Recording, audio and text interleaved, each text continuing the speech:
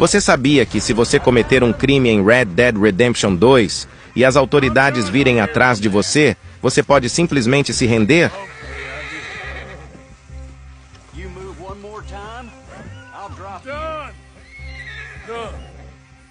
Enough of this bluster. You are coming with me.